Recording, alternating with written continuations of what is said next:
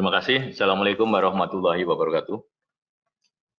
Waalaikumsalam warahmatullahi wabarakatuh. Pada Dr. Ajeng, Fiska yang panggilannya Dr. Ica. Kemudian tadi para presentan itu saya catat Dr. Jarin atau Bari, Dr. Aditya spesialis jantung dan pembuluh darah. Baik, seperti yang disampaikan, saya memang hari-hari ada di Rumah Sakit Umum Dr. Muardi, di mana di situ kami juga ada terlibat dengan penata laksanaan untuk kasus COVID-19 yang dirawat di Rumah Sakit Muardi.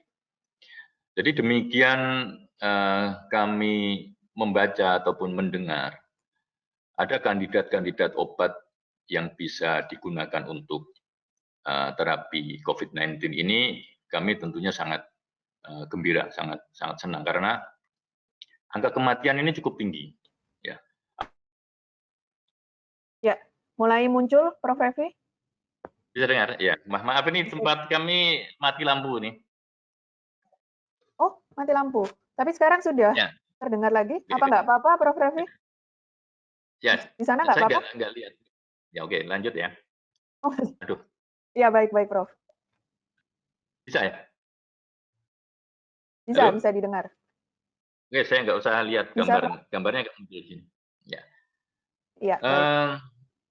Jadi saya baca itu banyak sekali kandidat obat dan sudah dipresentasikan di Cochrane Indonesia ini, dan ini gilirannya adalah kloroquine dan hidrokloroquine dengan azitromisin. Jadi kalau tadi diulas, saya kira sudah cukup bagus dari presentan dengan systematic review dan penelitian yang kedua. Saya juga mendapatkan begini, ini judulnya Systematic Review on the Efficacy and Safety of Chloroquine for Treatment of COVID-19. Itu ada tulisan efikasi, tapi datanya tidak ada. Jadi berapa efektivitasnya ini tentang hal-hal yang disampaikan di baik recovery, baik macam-macam yang ada di primary outcome itu tidak muncul. Jadi lain judul, lain isi. Jadi kami belum bisa mendapat sesuatu yang ada dari systematic review yang jurnal yang penelitiannya itu ada 23 sebenarnya artikel. Tapi satu pun belum bisa mengetengahkan bahwa chloroquine ini bagaimana efikasi. Jangankan efikasi, safety-nya sama sekali tidak disinggung malah. Di primary outcome ini juga tidak ada safety-nya tentang tadi mungkin prolongite atau mungkin juga di darah rutin ya. Itu kemudian sebenarnya kalau chloroquine pada malaria itu pada penglihatan sebenarnya yang banyak efek sampingnya. Ini tidak ada pada systematic review ini.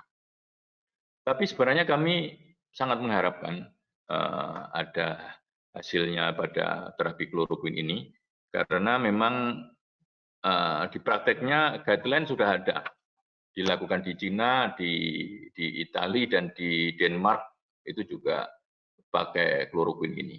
Cuma hasilnya bervariasi.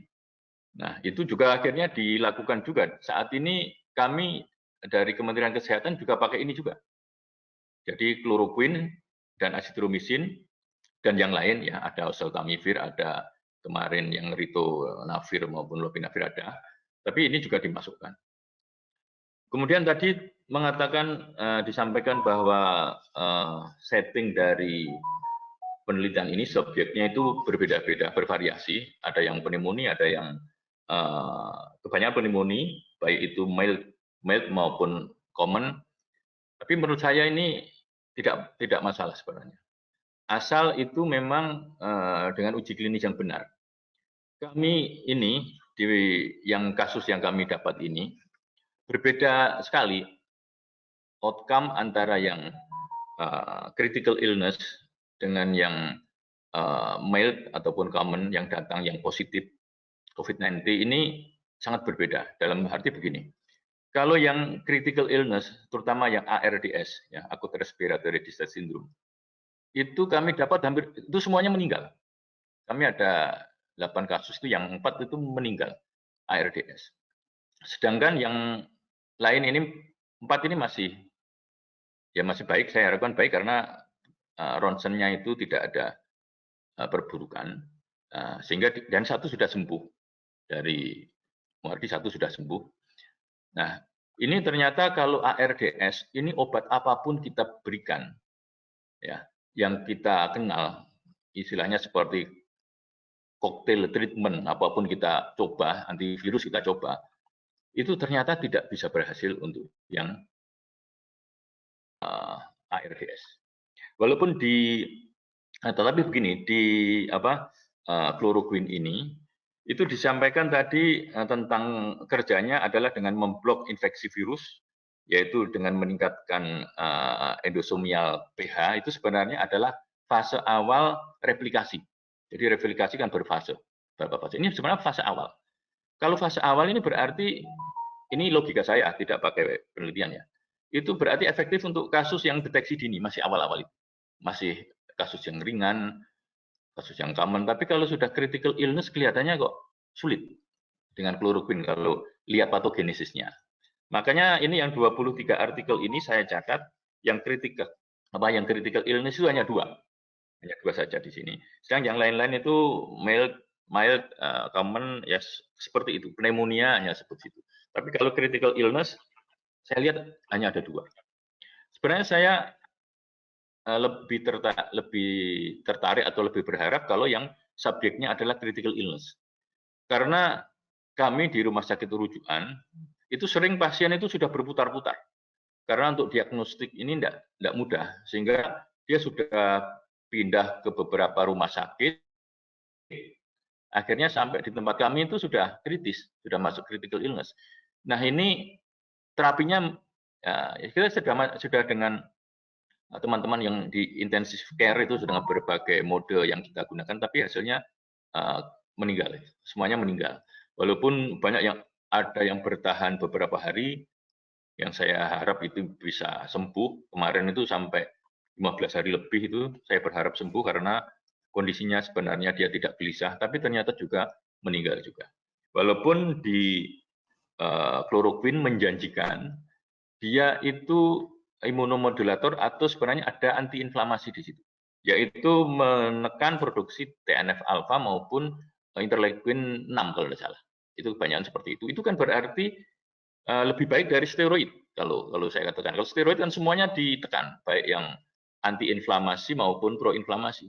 Tapi ini yang TNF alfa dan interleukin 6 ini kan proinflamasi, katanya bisa ditekan. Nah, sebenarnya kami berharap juga ada hasil yang baik nanti barangkali penelitian ini bisa selesai untuk yang critical illness ini punya hasil yang baik. Tentunya kami berharap ya, walaupun nanti kalau desain penelitian ya silakan yang mengkritisi. Nah, itu kemudian untuk yang kedua, yang artikel kedua ini juga sama. Saya kira ini juga ada beberapa tadi sebenarnya saya berharap karena hidrokloroquine dan azitromisin bisa sampai 0 untuk dari clearance virusnya. Itu saya kira sangat menjanjikan. Dan ini sekarang sedang kita pakai.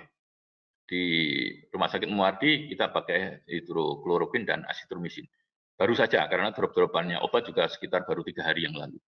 Nah, barangkali ini bisa berhasil baik. Walaupun penelitian yang disampaikan di artikel yang kedua ini kasusnya kecil, dan tadi dikritisi tabel 3 itu membingungkan, ya tabel 3 tentang proporsi untuk pasien yang virologi negatif nasofaring PCR ini membingungkan.